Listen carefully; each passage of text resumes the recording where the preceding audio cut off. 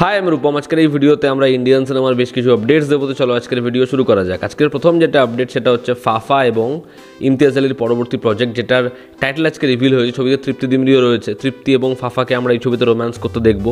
তো এই ছবির টাইটেলটা যেটা সেটা হচ্ছে ইডিয়েটস অফ ইস্তানবুল।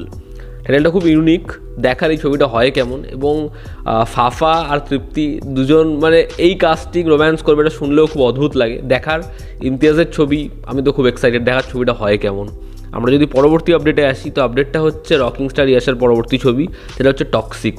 তো এই ছবিটার ইনিশিয়াল রিলিজ ডেট প্ল্যান করা হয়েছিল 10ই এপ্রিল 2025, এবং সেখান থেকে ছবিটা মুভ হয়েছে, কারণ ছবিটার শিডিউলে একটা বিশাল বড় চেঞ্জ এসেছে।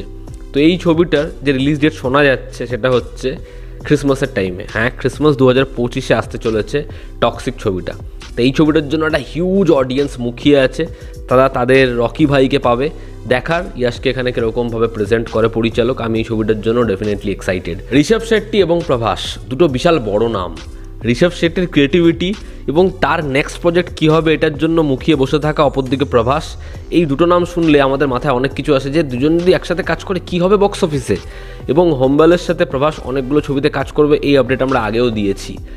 তো ঋষভ শেট্টি একটা গল্প লিখেছে, স্ক্রিপ্টও তার। যেই ছবিটায় কাজ করতে দেখা যাবে প্রভাসকে, হোমবাল ছবিটা প্রডিউস করবে, এটাই লেটেস্ট আপডেট। তবে এখনও ছবির পরিচালক ফাইনাল হয়নি। দেখার ছবির পরিচালক হিসেবে আমরা পরবর্তীতে কাকে দেখতে পারি।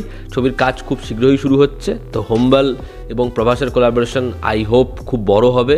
আর যেহেতু ঋষভ শেট্টি ছবির রাইটার, এই ছবির গল্প আশা করছি খুব খুব ভালো হবে। দেখার ছবিটা হয় কেমন। পরবর্তী যেটা আপডেট সেটা হচ্ছে পুষ্পা 2 এর সাকসেসের পর পুষ্পা 3 কিন্তু আনছেন না এখনই সুকুমার একটা গ্যাপ নেবেন, এবং সে এই দুটো ছবির জন্য নিজের পরিবারকে সময় দিতে পারেননি। তো সে নিজের পরিবারকে কিছুদিনের জন্য সময় দেবেন এবং তার যাবতীয় অন্যান্য যা কাজ সেগুলোর দিকে সে লক্ষ্য রাখবে। তবে তার পরবর্তী প্রজেক্ট হতে পারে রামচরণের সাথে। হ্যাঁ, রামচরণের সাথে সুকুমার পরবর্তীতে কোলাবরেট করতে পারে, যেটা পুষ্পা 3 আগে আসতে পারে, এমনটাই লেটেস্ট আপডেট। দেখার রামচরণ এবং সুকুমারকে আবার অডিয়েন্স একসাথে কীরকমভাবে পায়, এবং রামচরণকে আমার মনে হয় সুকুমার যদি প্রেজেন্ট করেন আবার একটা ব্যাপক ক্যারেক্টার দেবে। তোমাদের কি অপিনিয়ন অবশ্যই জানিও। যদি আমরা বক্স অফিস কালেকশন নিয়ে কথা বলি, তা পুষ্পা 2 আজকে যা আর্লি এস্টিমেশন এসেছে, প্রথম সোমবার যে নাম্বার 10 এসে না বস, সেটা বিশ্বাসযোগ্য নয়। তুমি উড়ে যাবে নাম্বার শুনলে। ছবিটা হিন্দি বেল্টে একটুর জন্য 50 কোটি করতে পারে নিজের প্রথম সোমবার। এই ছবিটা কোনো রেকর্ডকে আস্ত থাকতে দেবে না। হয়তো এই ছবিটা হিন্দির মার্কেটে 700 কোটির কালেকশন করে নেবে, যা শুরু করেছে। ছবিটা নিজের প্রথম সোমবারে কালেকশন করেছে 47 কোটি টাকার বেশি। প্রথম সোমবারে 50 কোটি টাকার কালেকশন জাস্ট 3 কোটি টাকার কমে হলো না। ছবিটা 47 কোটি টাকার কালেকশন করেছে প্রথম সোমবার। ভাই, ব্যাপক নাম্বার, জাস্ট ব্যাপক নাম্বার। তেলেগু স্টেটে এই ছবিটা কামিয়েছে প্রায় 14 কোটি টাকা, তামিল স্টেটে প্রায় 3 কোটি টাকা, এবং আদার স্টেটে মোটামুটি 1 থেকে 1.5 কোটি টাকার মতো। তো এই ছবিটার সোমবার দিন নিজের 5 নম্বর ডেতে অল ওভার ইন্ডিয়া থেকে কালেকশন 65 কোটি টাকার মতো, যেখানে হিন্দি বেল থেকে 47 কোটি টাকা। তো এই ছবিটার এখনও পর্যন্ত টোটাল যে নেট কালেকশনটা হয়ে রয়েছে সেটা 595 কোটি টাকার কাছাকাছি, এবং ওয়ার্ল্ড ওয়াইড গ্রস এখনও পর্যন্ত 880 কোটি টাকা, এমনটাই অনুমান করা হচ্ছে। এর থেকে সামান্য 19-20 হতে পারে।